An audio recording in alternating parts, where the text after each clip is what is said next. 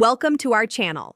If you want to explore premium photo editing services through trial offers, follow these step-by-step instructions to test professional editing tools before making a financial commitment. Step 1. Research leading photo editing platforms such as Adobe Lightroom, Capture One, Luminar Neo, and Affinity Photo that offer trial periods for their premium features. Step 2.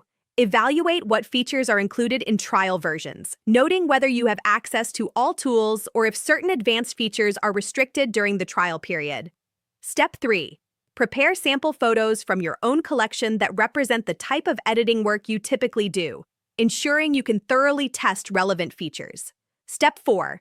Visit the photo editing services website and sign up for their trial offer, providing necessary account information and payment details for post-trial billing. Step 5. Download and install the editing software on your computer or access the web-based version if available, verifying system requirements are met for optimal performance.